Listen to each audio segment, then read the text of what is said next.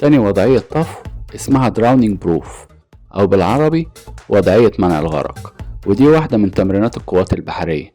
الوضعية دي كانوا بيعملوها مع الجنود لما يسيبوهم في المية فترات طويلة وطاقتهم توصل للحد الأدنى.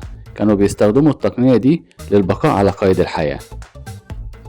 هتسيب جسمك مفرود على وش المية وخلي وشك فيها، استرخي، حس بضربات قلبك وهي بتهدى. البابلز هتطلعه بهدوء من الأنف. لما تحس انك عايز تتنفس ارفع وشك، خد نفس عادي مش عميق، وارجع حط وشك في المية تاني. خلي بالك الرئة المليانة أزيد من اللازم هتضغط على القلب وهتزود ضرباته، وده عكس اللي احنا محتاجينه.